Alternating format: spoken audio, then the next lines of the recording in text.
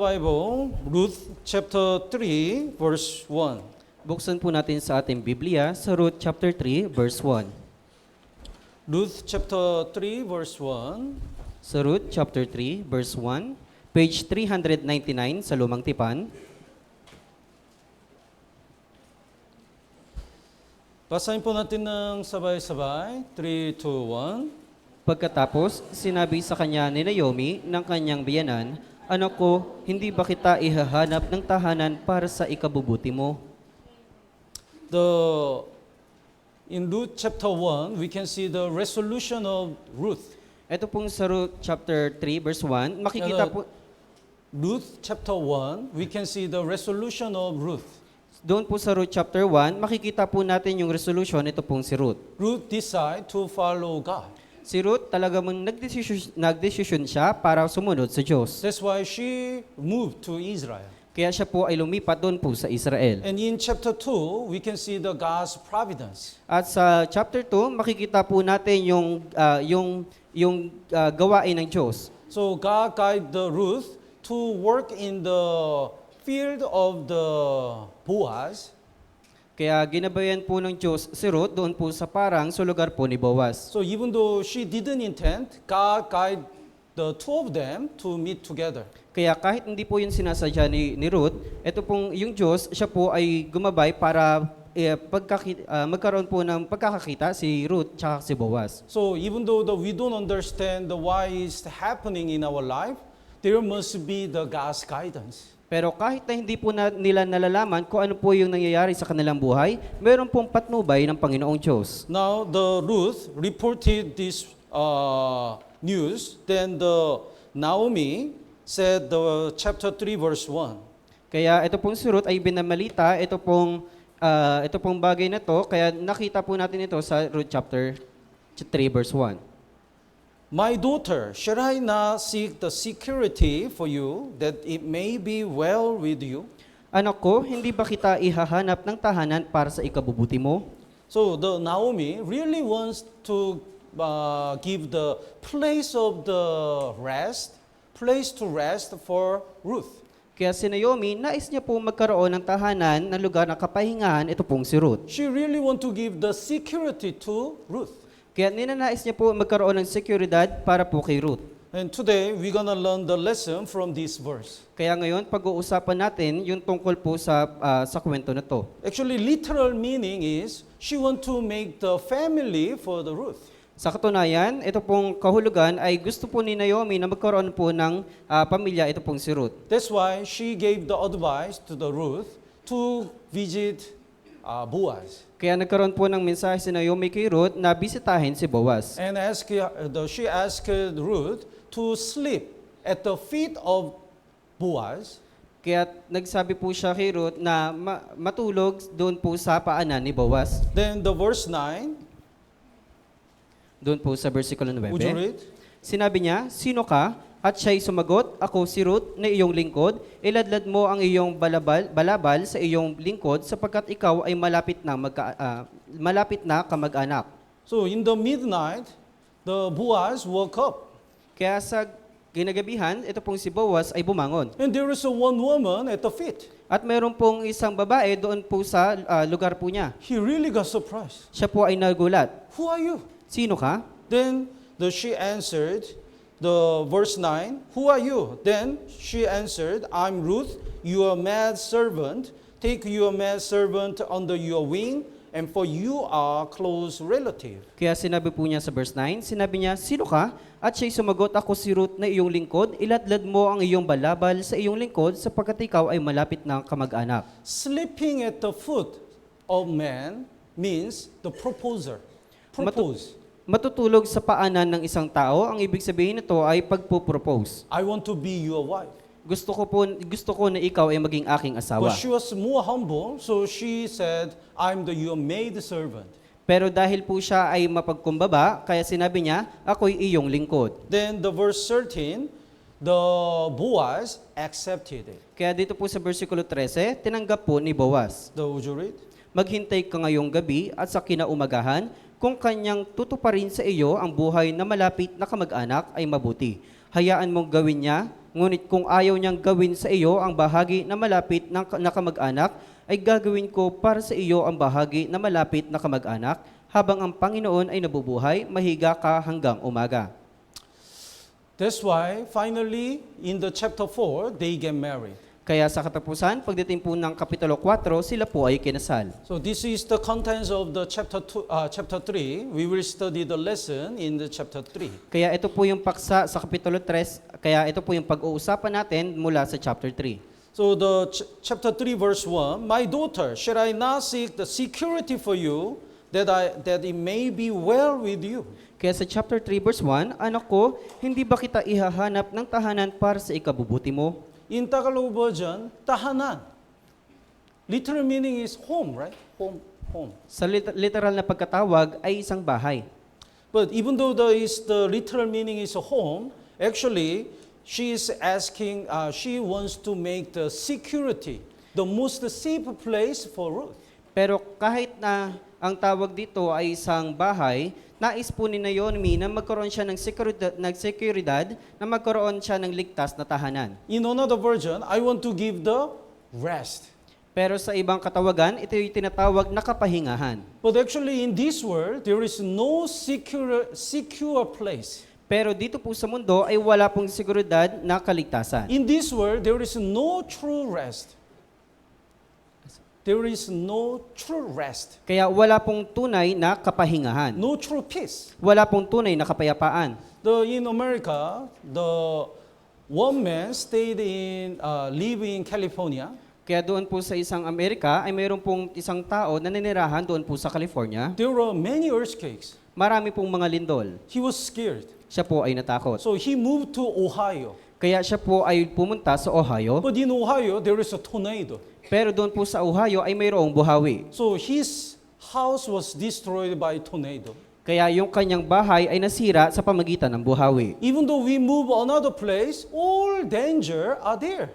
Kaya kahit na tayo lumipat mula sa ibang mga lugar, marami pong mga mapanganib na mga bagay. One man in Australia, he was so scared because the many terrible things happen in the world. Doon po sa isang tao, doon po sa may Australia, siya po ay natakot dahil po nalaman niya na napakaraming panganib dito po sa buong mundo. So he invested all his money to buy the one island, isolated island. Kaya nag-ipon po siya ng napakaraming pera para bumili ng isang isla. He thought if he live in that island alone, nothing happens. Kaya iniisip niya na kapag tumira siya doon sa isla, walang mangyayari. But in the World War II, that island become the battlefield between the armies. Pero sa panahon po ng World War II, yung pong isla ay naging lugar para sa digmaan. So even though we think this place is secure and this family is secure, there is no security in this world. Kaya kahit na iniisip natin itong lugar ay mukhang ligtas at yung pamilya natin ay mukhang ligtas, dito po sa mundo ay wala pong kaligtasan. We already know the 7 years great tribulation will come. Alam na po natin na ang 7 taong kapigatian ay darating. So when we enter the 7 years tribulation, there is no secure. Kaya kung papasok ang 7 taong kapigatian, wala pong kasiguraduhan. And at the end of 7 years tribulation, there was a last war. Kaya pagkatapos po ng 7 years tribulation, meron pong huling digmaan. And even though the people hide in the basement or hide in the forest, they cannot avoid the God's fire judgment. Kaya kahit ang mga tao ay pumasok o magtago doon sa kailaliman o pumasok nila doon sa isang forest, hindi po sila maliligtas. So this world is no security. Kaya dito po sa mundo, wala pong seguridad ng kaligtasan. This world is dangerous. Ito pong mundo ay napakamapanganib. Then where is the most dangerous place? At saan po ang pinakamapanganib na lugar?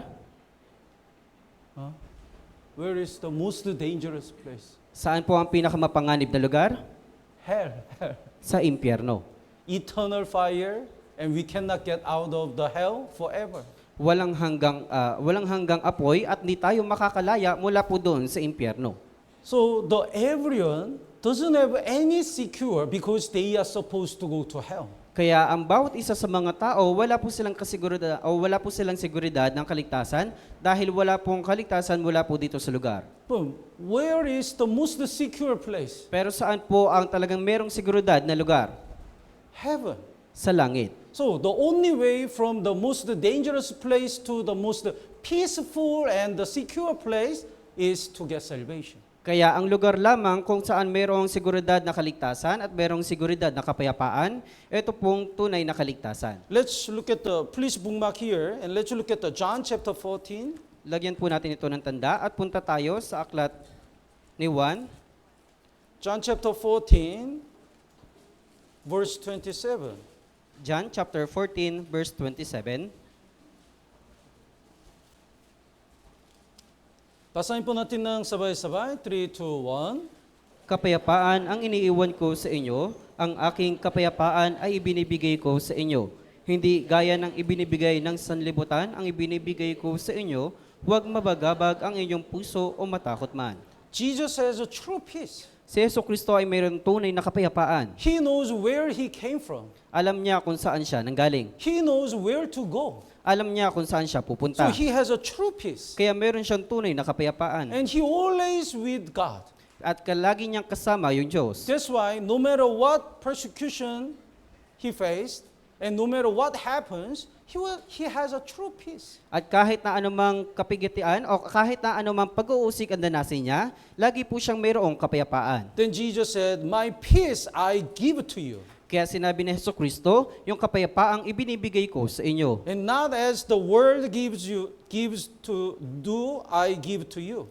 Hindi gaya ng ibinibigay ng sanlibutan, ang ibinibigay ko sa inyo. The world we can get the peace we can get in this world is just a temporary. Ang kapayapaang nakukuha po natin mula po dito sa mundo ay isang temporary lamang. It cannot true peace. Hindi po ito magiging tunay na kapayapaan. But the peace that Jesus gives us is eternal peace and true peace. Pero yung kapayapaan na binibigay ni Jesucristo, ito pong walang hanggang kapayapaan. When the people die, we said the R.I.P., right? Kapag ang mga tao'y namamatay, lagi na po natin sinasabi, RIP. Rest in the peace. May kapahingahan, doon, meron pong kapahingahan at kapayapaan. But if they don't get salvation, not the rest in the peace. Pero kung sila po'y hindi maliligtas, wala po silang kapayapaan ng kapahingahan. Eternal punishment. Walang hanggang pagkaparusa. Only true saved people can enter the rest in peace and true peace. Ang mga tunay na ligtas lamang po ang magkakaroon ng walang hanggang kapayapaan at kaligtasan. So about the peace and the rest, the Psalm number 23 is the one of the best chapter to talk about the rest and peace. Kaya tungkol po sa kapahingahan at sa kapayapaan, ito pong awit, chapter 23, ito po yung tumutukoy sa kapahingahan at kapayapaan. Let's look at the Psalm number 23, Punta po tayo sa aklat ng mga awit, chapter 23, verse 1. verse 1. If you can mark here, that's better. Kung lalagyan niyo po ito ng tanda, mas magiging mabuti. We will come back again and again. The chapter 23 verse 1. Let's read it together. 3, 2, 1. Ang Panginoon ay aking pastol, hindi ako magkukulang. Yes. The Lord is my shepherd. It means I'm the sheep. Ang Panginoon ay aking pastol, ibig sabihin, tayo yung mga tupa. Before we got salvation, we are the lost sheep. Bago tayo maligtas, tayo po yung mga ligaw na mga tupa. Actually, the sheep has a very bad eyesight. Sa katunayan, ito pong mga tupa ay mayroon pong mga panglalabong mga mata. That's why they easily get lost. Kaya sila po ay madaling nawawala. Without shepherd, they cannot find their home. Kaya kung wala po yung pastol, hindi po sila makakauwi sa kanilang tahanan. So, Jesus visited us as a shepherd. Kaya si Jesucristo ay bumisita sa atin bilang isang pastol. And He guides us to find the truth. At ginabayan niya po tayo para mahanap yung tunay na katotohanan. When we become His sheep, He is our true shepherd. Kaya nung tayo ay naging tupa, siya po yung ating naging pastol. Let's look at the 1 Peter. Punta po tayo sa unang Pedro. 1 Peter chapter 2, Sa unang Pedro, chapter 2, verse 25. doon po sa verse 25. For you are like a sheep going astray. Before we got salvation as a sheep, we live as we wished.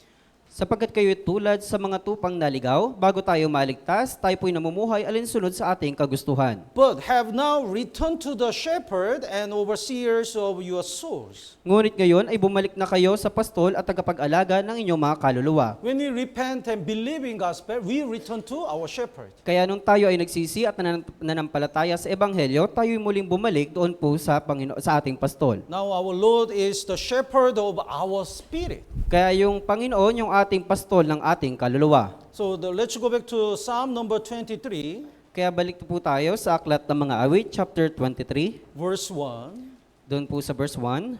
The Lord is my shepherd. So after we get salvation and God becomes our shepherd, I shall not want. Everything is enough. Ang Panginoon ay aking pastol, kaya po nang pagkatapos na tayo'y maligtas, yung Panginoon yung ating naging pastol, kaya sinabi, hindi ako magkukulang. Because God always feeds us. Dahil yung Diyos ay laging merong kapayapaan sa God atin. always guides us and protects us. That's why we shall not want. Kaya yung Diyos laging pinoprotektahan tayo at lagi tayong ginagabayan, kaya hindi tayo magkukulang. The verse 2, let's read it together. 3, 2, 1. Pinahihiga niya ako sa luntiang pastulan, inaakay niya ako sa tabi ng mga tubig na pahingahan. In 1 Kings chapter 17, there is the story of Eliah. Kaya mula po dun sa 1 King chapter 17, meron pong kwento ni Eliseo. At Ni the Elias. time of Eliah, the king of Israel was Ahab. Kaya sa panahon po ni Elias, meron po doong isang hari na ang pangalan ay Ahab. He worshipped the Baal. Siya po ay naglilingkod kay Baal. Baal is a god of fly. Si Baal po yung Diyos ng lumilipad. What's the fly? Diyos ng insekto. Insekto po. Insect. Fly. Insekto. Langaw po. Langaw. Langaw. Langaw. Langaw. Langaw. Langaw god. They believe the Langaw god make them blessed. Kaya siya po ay naniniwala na ito pong Diyos ng langaw ay magbibigay sa kanila ng kapahingahan. So to prove that the Langaw god is a fake, God gave the Israel famine. Kaya para mapatunayan, ito pong Diyos ng mga langaw ay isang peke, yung Diyos ay nagpadala sa kanila ng taggutom. At the time, Eliah also didn't have a food and water. Kaya sa panahon din po na yun, ito pong si Elias ay wala din pong pagkain at tubig. But God fed Eliah. Pero yung Diyos, pinakain si Elias. So every morning, the raven brought to the bread and the meat. Kaya sa tuwing umaga, nagpapadala ang Diyos ng isang uwak para magbigay sa kanya ng tinapay at ng ulam. What a nice. Every morning, the raven, breakfast, she left the bread and the meat. Kaya sa tuwing umaga, ito pong uwak ay pupunta sa kanyang lugar at sasabihin niya, meron na tayong breakfast. Every morning, every night, the raven brought to the food. Kaya tuwing umaga, tuwing gabi, ito pong uwak ay nagpapadala ng pagkain. But the famine became the severe. Pero yung taggutom ay talagang naging malala. So the brook Cherith was dried. Kaya ito pong libis ng Cherith ay talagang yung libis ng Cherith ay naging tuyot. But God prepared the widow in the Zarephath. Pero nagpadala po yung Diyos ng isang balo doon po sa Zarepta. So God kept feeding the Eliah. Kaya patuloy pa rin pong pinapakain ng Diyos ito pong si Elias. In this world, when we keep our faith, sometimes we are persecuted and we have many difficulties. Kaya sa ating pong buhay, kapag pinapanatili natin yung ating pananampalataya, dumarating po yung kapigitian at yung pag-uusig. But if God is our shepherd, God always feed His sheep. Pero dahil po yung Diyos yung ating pastol, lagi po niya tayong pinapakain at inaalagaan. Let's look at the Proverbs chapter 10. Kaya punta po tayo sa Aklat ng mga Kawikaan, chapter 10. Proverbs chapter 10, verse 3. Sa mga Kawikaan, chapter 10, verse 3.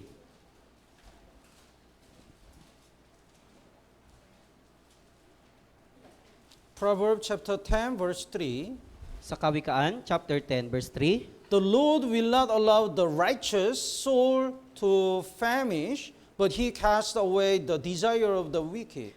hindi hinahayaan ng Panginoon na magutom ang matuwid, ngunit ang nasa ng masama ay kanyang pinapatid. God didn't care the desire of the unsaved people. Kaya wala pong pakialam ang Diyos sa kagustuhan ng mga hindi ligtas. But God always feed the saved people. Pero lagi niyang pinapakain ng mga ligtas na mga tao. I believe not only the spiritually but also physically.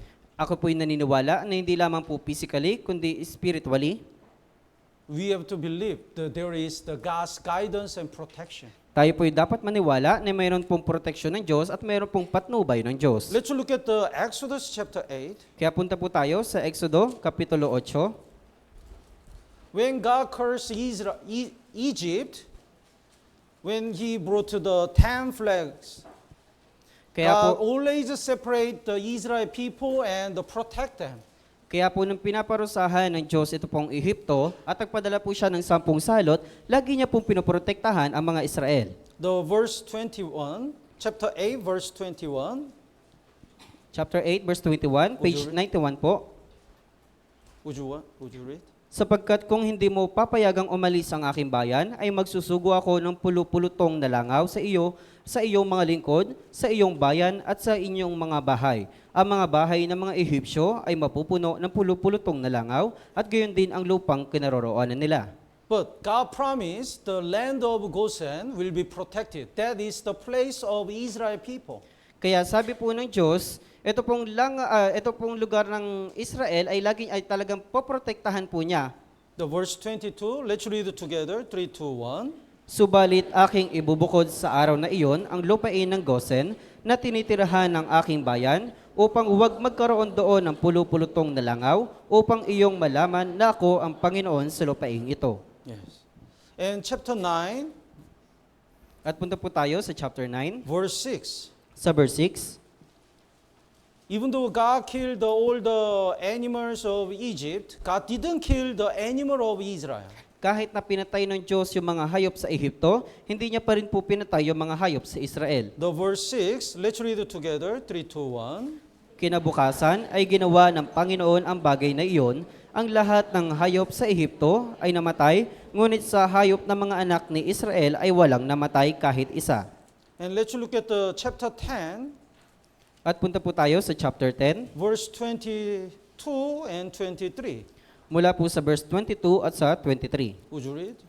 Kaya't iniunat ni Moises ang kanyang kamay paharap sa langit at nagkaroon ng makapal na kadiliman sa buong lupain ng Ehipto ng 3 araw. Verse 23, sila'y hindi magkakitaan at walang tumindig na sinuman sa kinaroroonan niya sa loob ng 3 araw, ngunit lahat ng mga anak ni Israel ay may liwanag na kanilang tirahan. And the flag to Egypt is killing the firstborn babies. At ang pinakahuling salot na darating po sa Ehipto ay yung papatayin yung unang anak ng mga bata. But God gave the Israel people the way to avoid the God's judgment. Pero ipinahintulot ng Diyos na magkaroon po ng proteksyon ng Israel. So killing the sheep and putting the blood on the doorpost. Kaya yung pagpatay doon po sa tupa at yung paglagay ng mga dugo doon po sa pintuan. So at that time, the most dangerous place was Egypt. Kaya yung panahon na yon, ang pinakadelikadong lugar, ito pong Ehipto. Because God cursed Egypt. Dahil sinumpa ng Diyos itong Ehipto, But God always protect the Israel people. pero lagi niyang pinoprotektahan ang mga Israel na mga tao. The 7 years great tribulation is coming.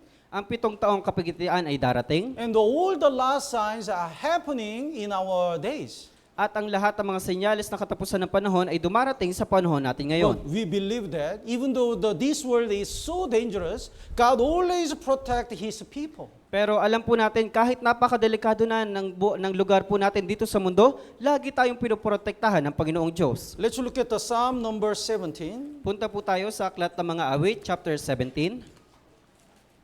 Psalm number 17, Sa Aklat ng mga Awit, chapter 17, verse 8. sa verse 8.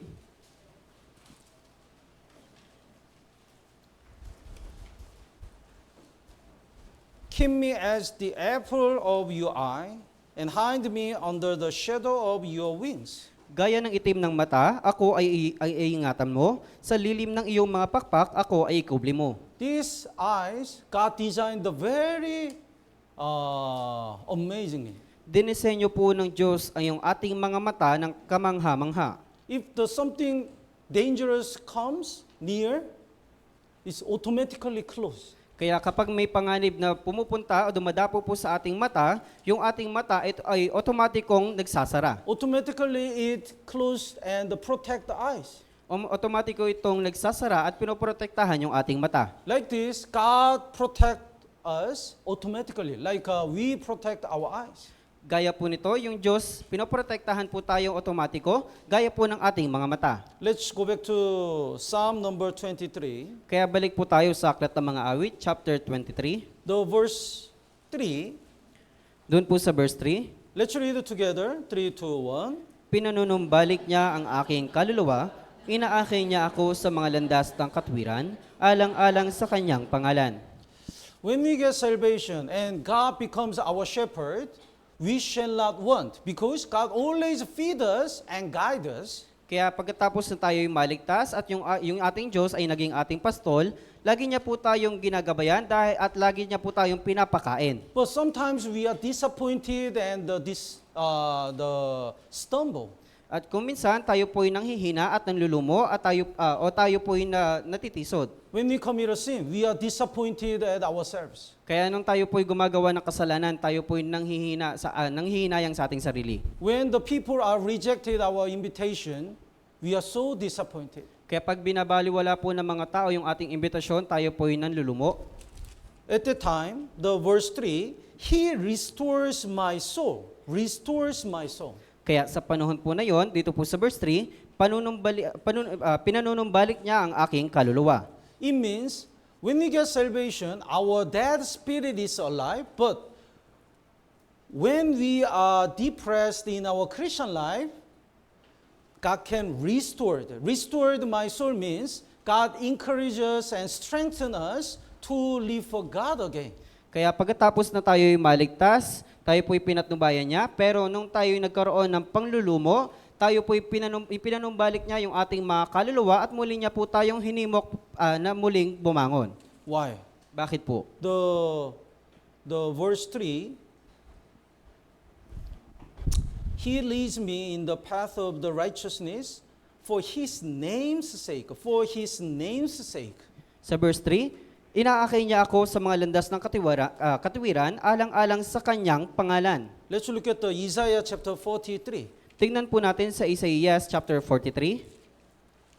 Isaiah chapter 43, Mula po sa Isaías chapter 43, verse 25. sa verse 25 po, page 1069 sa Lumang Tipan. So God restored our spirit for Himself. Kaya pinapanumbalik ng Diyos yung ating espiritu alang-alang sa kanyang pangalan. The verse 23, you can understand the meaning through this verse. Kaya mula po sa verse 23, mauunawaan niyo po yung kahulugan ng bagay na yon dahil po dito sa bersikulo. Would you read? Hindi mo dinala sa akin ang iyong tupa para sa handog na sinusunog o pinararangalan mo man ako ng iyong mga handog. Hindi ko ipinapasan sa iyo ang mga handog o pinahirapan ka man sa pamagitan ng kamanyang. There is one house and the one house is being burned. Mayroon pong isang bahay at mula po doon sa bahay ay nasunog. And one child is dying there. At may isang bata ang namatay. Then I can rescue him. At may isang bata nandoon po sa loob ng sunog at maaari ko po siyang iligtas. Then I can say, I saved you I entered and rescue you because for you. At maaari ko pong sabihin na maaari kong iligtas ang bata mula po doon sa pagkasunog alang-alang sa iyo. But in another case, my house is burning. Pero sa isang sitwasyon, yung bahay ko nasunog. My son is dying. Yung anak ko ay nandoon, Then namatay. if my son dies, I cannot live. Pero kung yung anak ko ay namatay, hindi po ako mabubuhay. So I entered and saved my son. Kaya ako po ay papasok at dapat kong iligtas yung aking anak. Then I can say, I entered and saved you not because of, how can I say? Not only for me, but also for you. At iniligtas ko siya, at nung siya Not only for you, but also for me. At iniligtas ko siya at nung siya ay aking nakuha at maaari kong sabihin na iniligtas ko siya hindi lang para sa kanya kundi para sa akin. Because without you, I cannot live. Dahil kung wala ka, hindi ako mabubuhay. So God remove all our sins. Because if we go to hell, God cannot live. Kaya inilis po ng Diyos yung ating mga kasalanan. Dahil po kung tayo kung tayo mapupunta sa impyerno, yung Diyos hindi mabubuhay na That maayos. much God loves us. Kaya gayon po yung pag-ibig ng Diyos sa atin. That's why God said in verse 25, even I, am he who blots out your transgressions for my own sake. Kaya sabi po sa verse 25, ako nga ang siyang pumapawi ng iyong mga pagsuway alang-alang sa akin. In Psalm number 23, verse 3 says, God restored my spirit because for his own sake. Kaya sabi po sa Aklat ng Mga Awit, chapter 23, verse 3, pinanunumbalik niya ang aking kaluluwa, inaakay niya ako alang-alang sa kanyang pangalan. If we are stumble and commit the sin and disappointed, that's not what God wants. Kaya kung tayong matitisod at gumagawa ng kasalanan, hindi po yun yung gusto o nais ng Diyos. When you are so depressed, God cannot endure. Kaya kung tayo ay manlulumo, hindi po yun matitiis ng Diyos. God really wants us to recover our Christian life. That's why, for his own sake, he restored our spirit. Kaya kaya nais po ng Diyos na muli manumbalik yung ating Kristiyanong pamumuhay. Kaya alang-alang po sa kanyang pangalan. Let's look at the Ezekiel chapter 20. Kaya punta po tayo sa Aklat ng Ezekiel, chapter 23. Ezekiel chapter 20, verse 9. Chapter 20 po ng Aklat ng Ezekiel, verse 9. Page 1247 sa Lumang Tipan. Ezekiel chapter 20, verse 9. I acted for my name's sake. Ngunit ako'y kumilos alang-alang sa aking pangalan. The God really wants the Israel people to live as a children of God. Kaya nais ng Diyos ng mga ligtas na mga Kristiyano ay mamuhay para po sa Diyos. God doesn't want the Israel people to stay in Egypt. Ayaw po ng Diyos na yung mga Israelita ay manatili sa Ehipto. So for his name's sake, for himself, God saved the Israel people from Egypt. Kaya alang-alang sa kanyang pangalan, iniligtas niya yung mga Israelita doon po sa Ehipto. So would you read?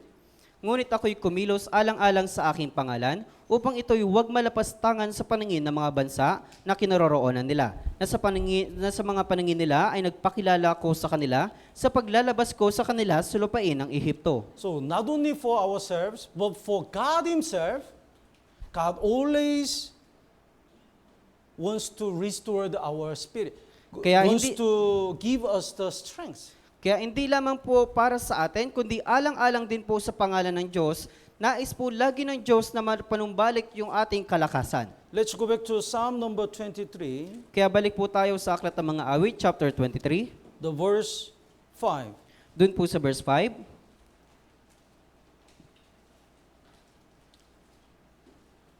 Basahin po natin ng sabay-sabay. 3, 2, 1. Ipinaghahanda mo ako ng hapag sa harapan ng aking mga kaaway, iyong binuhusan ng langis ang aking ulo, umaapaw ang aking saro.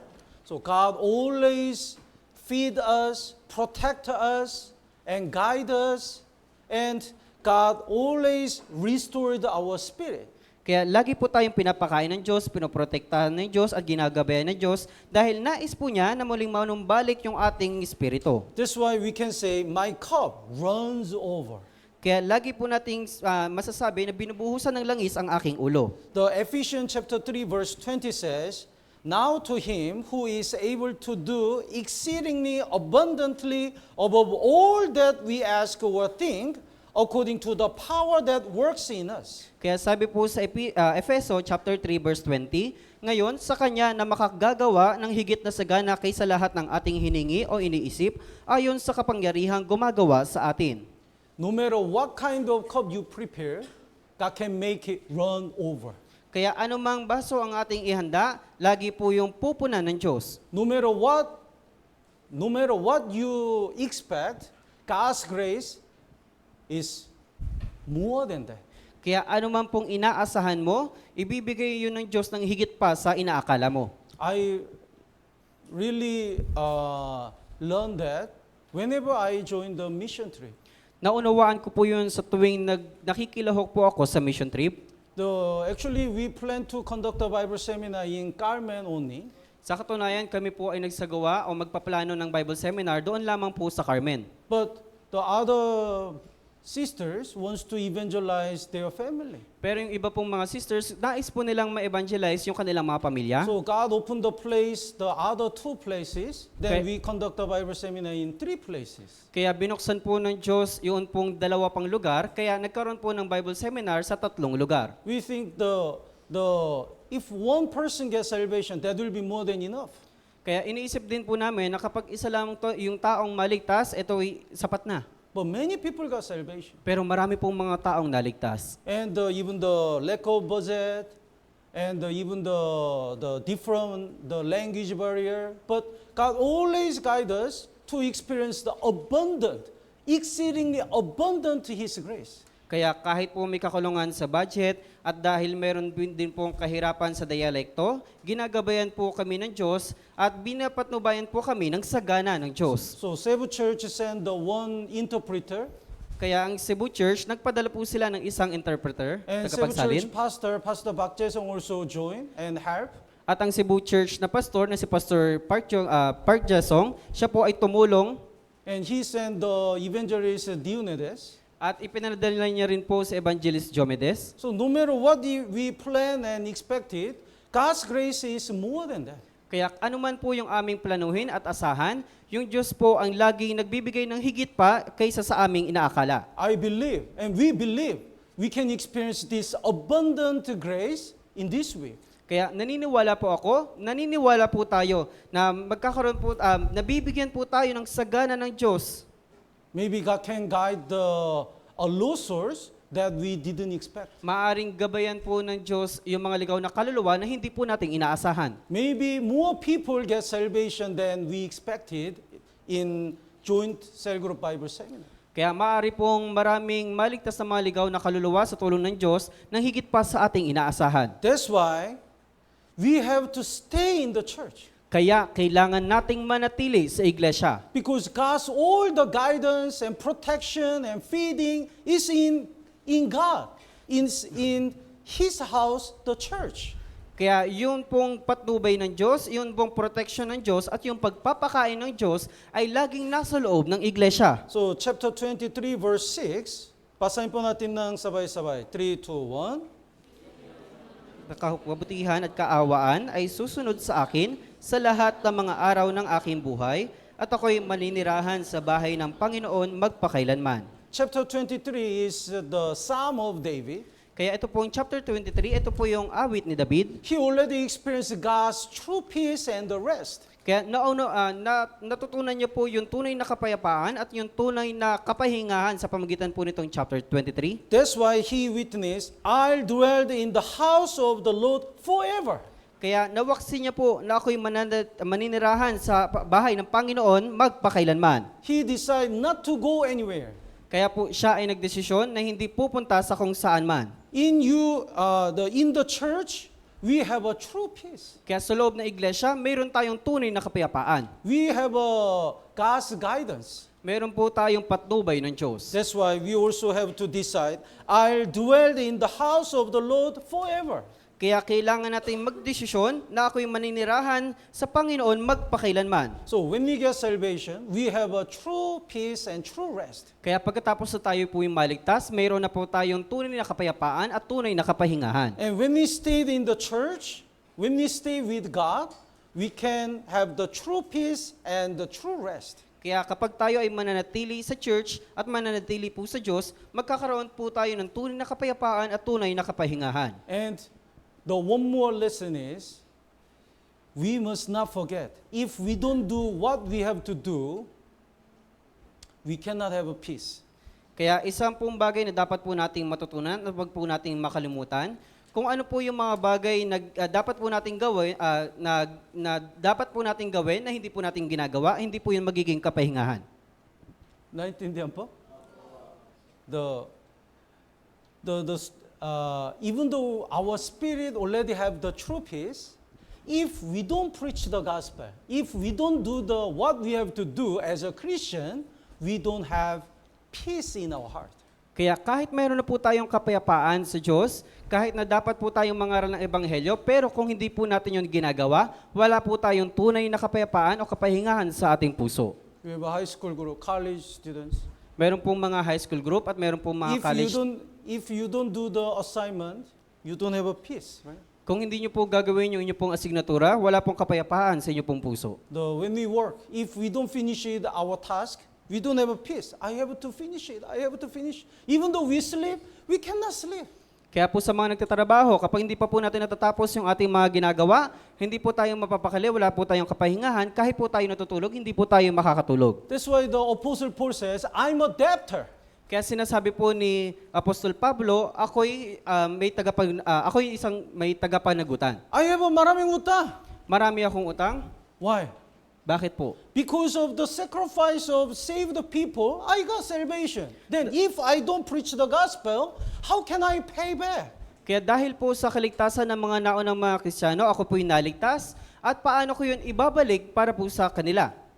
Let's look at the John chapter 5, Kaya punta po tayo sa aklat ng 1, chapter 5, verse 17.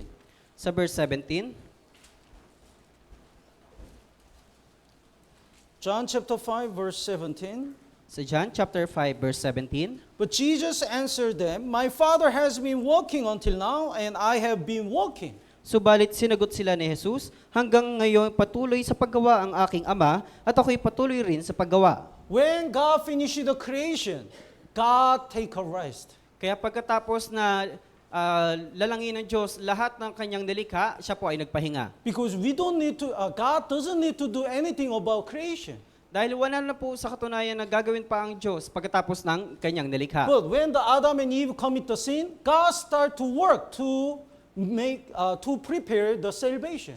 Kaya pagkatapos po na gumawa ng kasalanan ni Adan at ni Eva, yung Diyos ay naghanda para po sa kaligtasan ng sinuman. God prepared all the things for Jesus to come to this world. Kaya inihanda na ng Diyos ang lahat ng bagay para sa Jesucristo ay pumunta dito sa lupa. Then, in order to achieve the salvation, Jesus came to this world. At para may isa katuparan ito pong kaligtasan, yung si Jesucristo ay kailangan pumunta sa lupa. Then Jesus said, because God, my Father is working, I cannot take a rest. Kaya sinabi po ng Panginoong Jesucristo na hanggang ngayon patuloy sa paggawa ang aking Ama, kaya kailangan hindi ako pwedeng magpahinga. When Jesus died on the cross, He completed His mission. Kaya pagkatapos na si Jesucristo ay mamatay doon po sa krus, na isagawa niya na po yung kanyang gawain. Now He's taking rest in heaven. Kaya ngayon siya po ay nagpapahinga na sa langit. But that work, our mission starts from that. Pero yung ating gawain ay nagsimula sa bagay na yon. Our work is preaching this work of Jesus to others. Kaya yung ating gawain ay yung ipangaral yung ebanghelyo na ginawa ni Jesus para po sa mga tao. So until we save all our people, we cannot take a rest. Kaya hanggang sa maligtas po yung mga tao, wala po tayong kapahingahan. Tama po ba? Tama po ba? We cannot take a rest until we save our people. Kaya wala pa po dapat tayong kapahingahan hanggang sa maligtas ang mga tao. If we don't evangelize our people, even though our spirit has a true peace, our heart cannot have peace.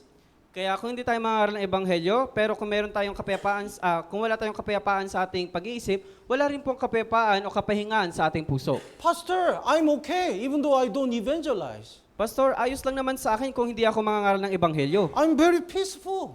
Meron po akong kapayapaan. Then please check your salvation.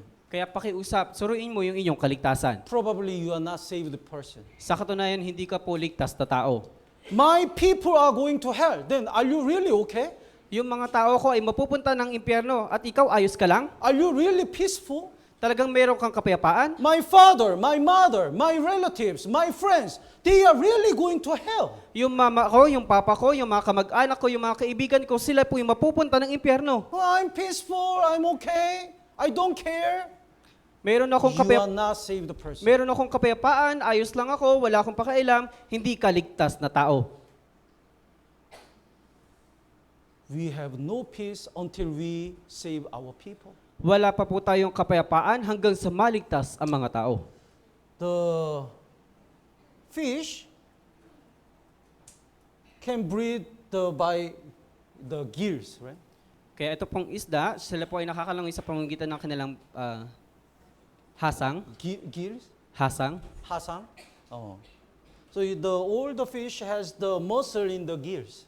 Kaya lahat po ng mga isda ay mayroon pong muscle sa kanila pong mga hasang. That's why even though it stayed, it can move the gills to breathe. Kaya kahit po sila ay nananatili, sila po ay nakakahinga sa pamamagitan po ng kanilang hasang. But what's this? Ano po ito?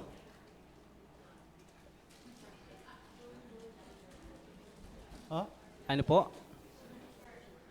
Shark? Pating? Is tuna. Ito po yung tuna. Tuna is so muscular, Ang tuna ay talagang mas napaka-muscular. but it doesn't have a muscle in the gills. Pero wala po siyang muscle sa kanyang hasang. That's why the only way to breathe tuna, the only way to breathe is it swims so fast, then through the water, it can absorb the oxygen.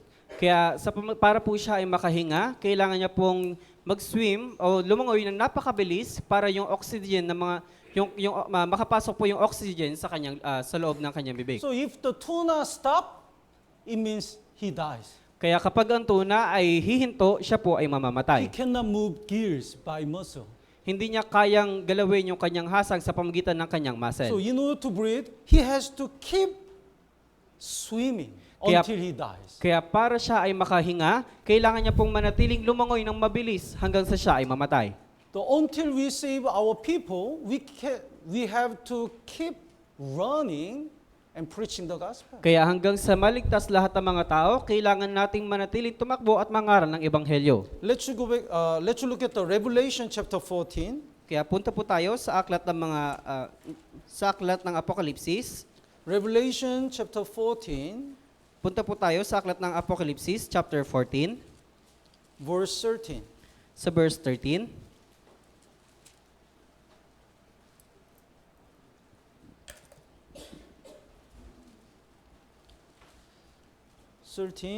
Basahin po natin ng sabay-sabay. 3, 2, 1. At narinig ko ang isang tinig mula sa langit na nagsasabi, isulat mo ito, mapapalad ang mga patay na namamatay sa Panginoon mula ngayon. Oo, sinasabi ng Espiritu, sila'y magpapahinga sa kanilang mga gawa, sapagkat ang kanilang mga gawa ay sumusunod sa kanila. Our spirit already have the true peace. Yung ating espiritu ay mayroon na pong tunay na kapayapaan. But our body cannot take a rest now. Pero yung ating katawan ay hindi pa po dapat magpahinga. We have to keep preaching the gospel until we save all our people. Kailangan natin manatili na mahayag ng ebanghelyo hanggang sa maligtas ang lahat ng mga But tao. when we go to our real home, we can rest. We may rest from our labor, and our works follows them. Kaya kapag nakarating na tayo sa ating tunay na tahanan, tayo po yung magkakaroon na Follow sila us. There will be our reward. Kaya Their works follow them. It means we will receive the eternal reward. sila ay magpapahinga sa kanilang mga gawa. Ibig sabihin, sila po ay makakatanggap ng kanilang gantimpala dahil sa kanilang mga gawa. So Naomi really wants to prepare the security for Ruth. Kaya si Naomi, kailangan niyang maghanda ng isang seguridad na kaligtasan para kay Ruth. God already prepared the most secure place for us. Ang Diyos ay naghanda na ng isang seguridad na lugar para sa atin. When we get salvation, our spirit has a true rest. Kaya pagkatapos na tayong maligtas, yung ating espiritu ay nagkaroon ng tunay na kapahingahan. When we stay in the church, the house of God, we are protected and we are peaceful. Kaya pag tayo mananatili sa loob ng iglesia at sa Diyos, magkakaroon tayo ng tunay na proteksyon ng Diyos at magkakaroon tayo ng tunay na kapayapaan. But until we save our people, we cannot take a rest. Kaya hanggang maligtas po ang lahat ng mga tao, wala pa po tayong tunay na kapahingahan. Let's go back to Ruth, Kaya balik po tayo sa aklat ng Ruth, chapter 2, verse 20. mula po sa chapter 2, verse 20. the Naomi called Boaz Kaya ito, one of our close relatives. kaya ito pong si Naomi, tinawag niya po si Boaz na isa po sa kalapit niyang kamag-anak. The verse 20, would you read? Sinabi ni Naomi sa kanyang manugang, pagpalain nawa siya ng Panginoon na hindi ipinagkait ang kanyang kagandahang loob sa mga buhay at sa mga patay. At sinabi sa kanya ni Naomi, ang lalaking iyon ay isa nating kamag-anak, isa sa pinakamalapit nating kamag-anak. And chapter 3, verse 9. At mula po sa chapter 3 verse 9, Basahin po natin ng sabay-sabay. 3, 2, 1. sinabi niya, sino ka? At siya'y sumagot, ako si Ruth na iyong lingkod. Iladlad mo ang iyong balabal sa iyong lingkod sapagkat ikaw ay malapit na kamag-anak. You are a close relative. Ikaw ay malapit na kamag-anak. David, it has a very important meaning. Meron po itong napakahalagang kahulugan. It's called the Goel in Israel. Ito po'y tinatawag na Goel sa Israel. In Israel, there is a very unique tradition according to the Word of God. Kaya sa Israel, meron pong kakaibang mga tradisyon sa base po sa Biblia. If the family have a debt, that's why they become the slaves. Other relatives, the close relatives, should pay that and make them free. Kaya kung ang kanilang pamilya ay mayroon pong utang, para po mapalaya sila, yung kanilang kalapit na kamag-anak, yung magbabayad na kanilang utang para sila po ay mapalaya. One brother dies, so that family doesn't have a children. Kaya yung isa pong brother, isang kapatid na matay, pero wala po siyang mga anak. Then close family, close relative should take care of should take care of this family, and also live with that widow. Kaya ito pong mga kalapit niyang mga kamag-anak ay kailangan mag-alaga sa babaeng balo. Now let's look at the Deuteronomy chapter 25. Kaya punta po tayo sa Deuteronomy chapter 25. Deuteronomy chapter 25. Chapter 25 po, aklat ng Deuteronomyo.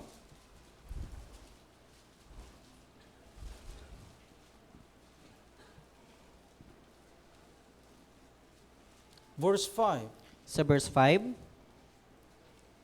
Would you read?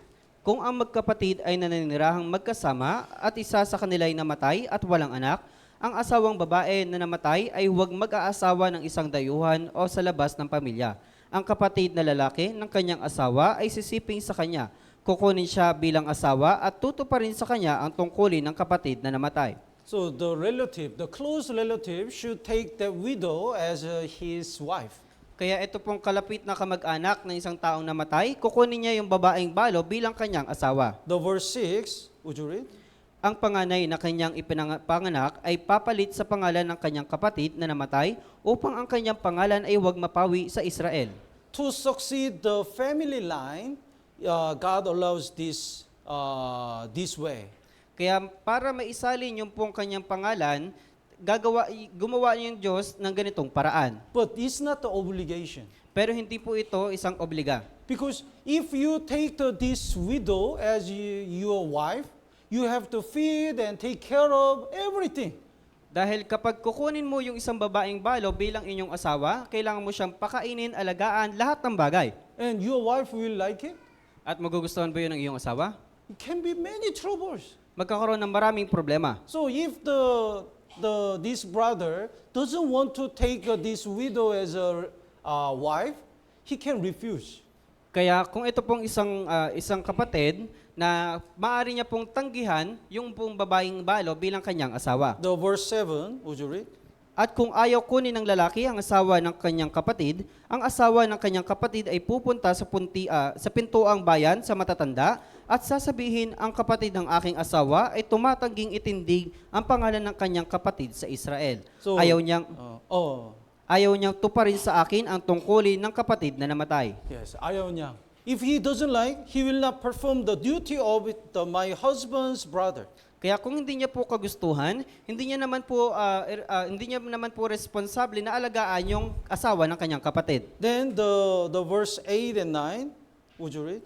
Kung magkagayoy, tatawagin siya ng matatanda sa kanyang bayan at makikipag-usap sa kanya. At kung siya'y magpumilit at sabihin, ayaw kong kunin siya, ang asawa ng kanyang kapatid ay lalapit sa kanya sa harapan ng matatanda at huhubarin ang sandalyas sa kanyang mga paa at luluraan siya sa mukha at siya'y sasagot at sasabihin, ganyan ang gagawin sa aking lalaking ayaw magtindig ng sambahayan ng kanyang kapatid. Then verse 10, let's read it together. 3, 2, 1. At ang kanyang pangalay tatawagin sa Israel ang bahay ng hinubaran ng sandalyas. So removing his sandal means he doesn't take his responsibility. But it's not the obligation. He can refuse. Hindi huhubarin yung kanyang sandalyas. Ibig sabihin, hindi niya kukunin yung responsibilidad bilang asawa ng kanyang kapatid. Kaya maaari po siyang tumanggi. Then the Boaz is the relative of the Elimelech, the husband of Naomi. Kaya ito pong si Boaz ay isa pong kamag-anak ni Elimelech, yung asawa ni Naomi. Then the old Elimelech and his two sons already died. At si Elimelech po at lahat ng kanyang yung dalawang kanyang anak ay namatay. And Naomi has the daughter-in-law, Ruth. At si Naomi ay meron na lamang po siyang manugang, ito pong si Ruth. So she wants to remind the Boaz is the relative of the Elimelech. Kaya sinabihan po ni Naomi si Ruth na si Boaz ay isang kalapit na kamag-anak ni Elimelech. So let's go back to Ruth, Kaya balik po tayo sa Ruth, chapter 3, sa chapter 3. verse 9. Chapter 3, verse 9. I'm Ruth, your maidservant. Take your maidservant under your wing, for you are a close relative. Ako si Ruth na iyong lingkod, iladlad mo ang iyong balabal sa iyong lingkod sapagkat ikaw ay malapit na kamag-anak. So it means the Ruth proposed and encouraged him to take his responsibility. Kaya po ito pong si Ruth ay siya po ay nag-propose kay Boaz at gusto niya, nais po niyang kunin yung responsibility bilang asawa. But if the Boaz didn't want, he could refuse.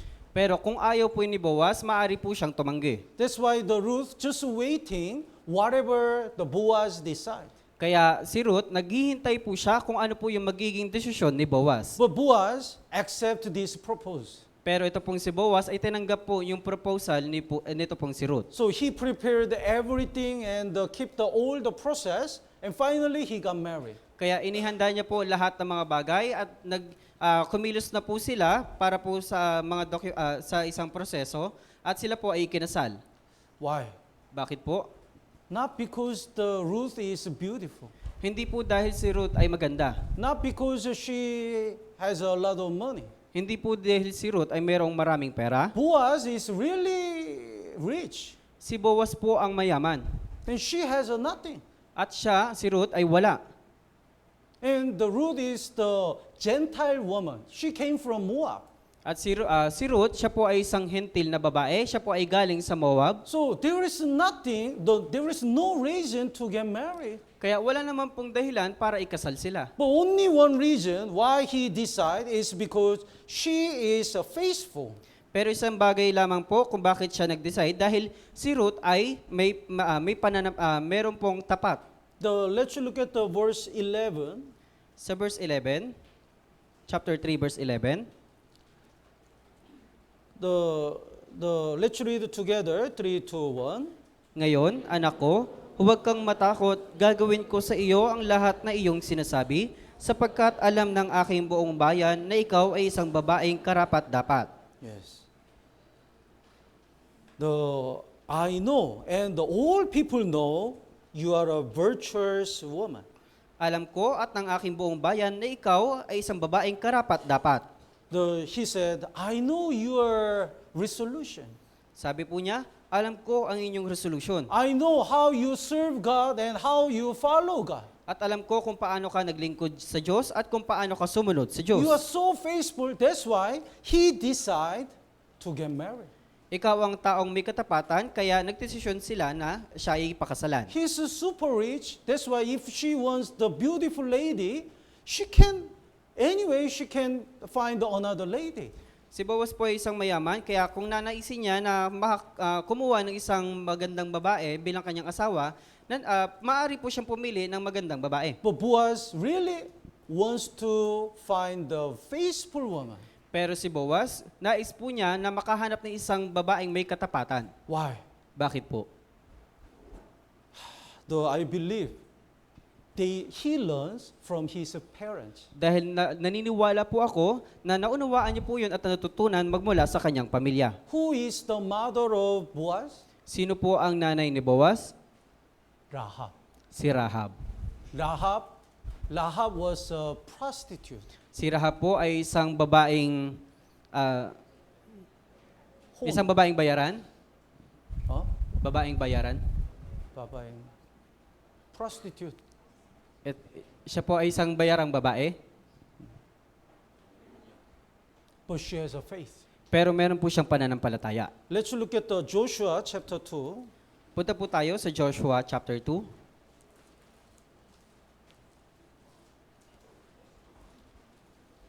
Joshua chapter 2 verse 9. Sa Joshua chapter 2 verse 9. The verse 8 and 9. Would you read? Bago sila natulog, ay kanyang inakyat sila sa bubungan at sinabi niya sa mga lalaki, nalalaman ko na ibinigay sa inyo ng Panginoon ang lupain at ang pagkatakot sa inyo ay dumating sa amin. At ang lahat ng nanirahan sa lupain ay nanghihina sa harapan ninyo. Let's look at the verse 1 first. Verse 1, chapter 2 verse 1. Kaya punta muna po tayo sa chapter 2 verse 1. Would you read? Si Josue na anak ni Nun ay palihim na nagsugo mula sa Shittim na 2 lalaki bilang tiktik na sinasabi, umayo kayo, tignan ninyo ang lupain at ang Jericho, at sila'y humayo at pumasok sa bahay ng isang upahang babae, na ang pangalan ay Rahab, at nakituloy doon. So the Israel people sent the 2 spies to look around the land of Canaan. Kaya ito pong Israelita nagpadala ng 2 espiya para po tignan yung lupain ng Jericho. At the time, 2 of them stayed in the house of Rahab, that is, the harlot.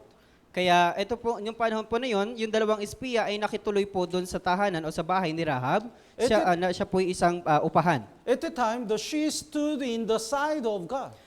Pero sa panahon po na yun, siya po ay nasa panig ng Diyos. That's why she helped the 2 spies. Kaya tinulungan niya po yung 2 espiya. The verse 8 and 9. Kaya Here is the reason, the verse 9. Kaya meron pong dahilan dito po sa verse 9. Rahab said to the man, I know that the Lord has given you the land, and the terror of you has fallen on us, and that all the inheritance of the land are faint-hearted because of you. Kaya sinabi po ni Rahab sa mga lalaki, nalalaman ko na ibinigay sa inyo ng Panginoon ang lupain at ang pagkatakot sa inyo ay dumating sa amin. At ang lahat ng naninirahan sa lupain ay nanghihina sa harapan ninyo. So she knew who is true God. Kaya alam niya kung sino yung tunay na Diyos. That's why she stood in the side of God. Kaya siya po ay nasa panig ng Diyos. Because she has a faith. Dahil meron siyang pananampalataya. And because of this faith, she saved all her family. At dahil po sa kanyang pananampalataya, naligtas po ang kanyang pamilya. So she brought all her family in her house. So when the all Jericho people were destroyed, she and her family only was saved.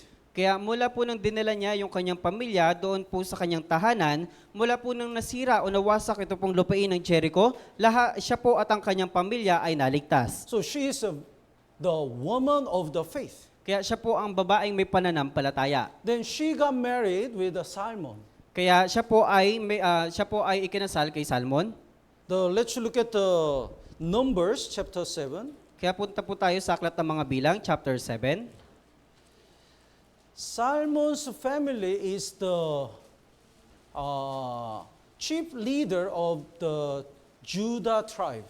Kaya yung pamilya po ni Salmon, sila po yung chief leader ng tribo ng Judah. The Numbers chapter 7, Sa Bilang, chapter 7, verse 11, sa verse 11, verse 12. sa verse 12 po, 11 and 12. 11, God command the leader of each tribe give the offering to God. Kaya doon po sa verse 11, iniutos po ng Diyos na yun po mga leader ay magbigay ng paghahandog sa Diyos. Then verse 12, would you read? At ang naghandog ng kanyang alay ng unang araw ay sina Ashon na anak ni Aminadab sa lipi ni Juda. So, Aminadab's son, Nahson, offered this offering. So, he is a chief leader of Judah tribe. Kaya yung anak po ni Aminadab na si Naashon, siya po yung leader ng tribo ng Juda. Let's go back to Ruth chapter 4. Kaya punta po tayo sa aklat ng Ruth, chapter 4. Ruth chapter 4, here is the genealogy. Kaya doon po sa Ruth chapter 4, mayroon po itong salinlahi. The verse 20, Mula po sa verse 20. Aminadab begot Nathon, and Nahson begot Salmon. Naging anak ni Aminadab si Naashon, naging anak ni Naashon si Salmon. So the Salmon got married with the Rahab. Kaya ito pong si Salmon ay kinasal kay Rahab. Let's look at the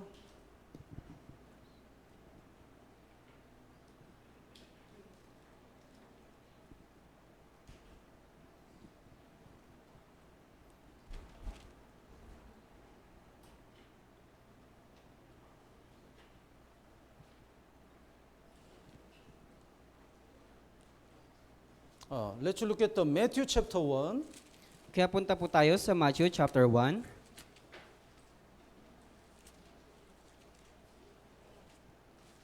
Matthew chapter 1, verse 5. Sa Mateo chapter 1 verse 5. Salmon begot Boaz by Rahab, and Boaz begot Obed by Ruth, and the Obed begot Jeth. Naging anak ni Salmon kay Rahab si Boaz, naging anak ni Boaz kay Ruth si Obed, at naging anak ni Obed si Jesse. So Salmon is the chief leader's family, chief leader's son. Kaya po si Salmon, siya po yung chief leader ng kanyang pamilya. So his family is like how can I say, the politician, senator. Kaya yung kanila pong pamilya, yung pamilya po ni Salmon ay mayroon pong kinalaman sa politiko. Oh, then think about this. If the politician's son wants to get married with harlot, is it allowed? Kaya isipin niyo po ito, kung yung anak po ng isang politiko ay gustong maikasal doon po sa babaeng upahan, magiging maayos po kaya iyon? But Salmon got married Rahab. Pero ito pong si Salmon ay kinasal kay Rahab. If she want the beautiful lady or the rich girl, he can decide. Pero kung gusto niya po ng isang magandang babae o mayaman ng babae, maaari po siyang magdesisyon. But he wants to get married with Rahab Pero nais niya pong ikasal kay Rahab because of faith. dahil sa pananampalataya. Rahab, even though she was a harlot, she was so faithful, and the Salmon already saw her saving her whole family. Kaya kahit po na si Rahab ay isang upahang babae, pero dahil po sa kanyang pananampalataya, nakita po ni Salmon yung nang iniligtas po ni Rahab yung kanyang pamilya. And Salmon and Rahab's son is Boaz. At si Salmon at yung anak po ni Salmon at nito pong si Rahab, yung kanila pong anak ay si So Boaz. from the childhood, he already knew the beauty or money or other things are not important. Kaya The face is most important. Kaya naunawaan po ni Boaz kung ano po yung kahalagahan sa pagpili ng babae, hindi po sa kayamanan, hindi po sa kagandahan o hindi po sa pera. That's why he also decided to get married Ruth. Dahil po sa pananampalataya, kaya siya po ay nagdesisyon na pakasalan si Ruth. Even though she doesn't have anything, and even though she is a Gentile woman, the Boaz allowed her propose. Kaya kahit po na siya ay walang anuman at kahit na siya isang hentil, nagdesisyon po ni si Boaz na pakasalan si Ruth. So it shows us the importance of the faith. Kaya ipinapakita po dito yung kahalagahan ng pananampalataya. No matter what we do, if we have the faith and keep our faith, we will be blessed. Kaya kung ano man po yung ginagawa natin, pero kabilang po noon na yung pananatili ng ating pananampalataya, tayo po'y bibiyayaan. No matter what happens, we have to decide the side of God. Kaya ano man po ang mangyari, kailangan po nating maging panig sa Diyos. So today we learn the Ruth chapter 3. Kaya ngayon, napag-aralan natin ang tungkol po sa Ruth chapter 3. Naomi wants to prepare the security for the Ruth. God already prepared the secure place for us. Gaya po ni Naomi, na nais po niyang mahanda yung pong seguridad na lugar para po kay Ruth. Yung Diyos din po, nais niyang maghanda ng isang seguridad na lugar para po sa atin. And the Rahab decide to follow God, to stand before God because of the faith. At si Rahab ay dahil mayroon siyang pananampalataya at desisyon siya na maging panig sa Diyos. Simon also decide to get married the Rahab because of the faith.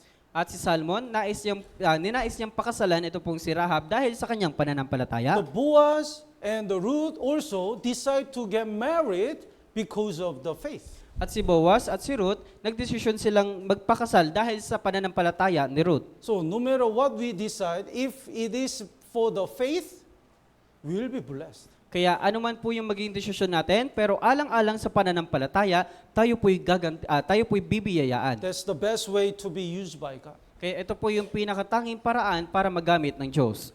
Okay lang po? I hope from tomorrow, we do our best to evangelize people. Kaya magmula po bukas, gawin po natin lahat ng ating makakaya para po mag-evangelize ng maraming tao. We should share this true rest and peace to others. Kaya kailangan po natin ibahagi sa kanila yung tunay na kapayapaan at yung tunay na pagpapahinga sa mga tao. Let's pray together. Tayo po'y manalangin.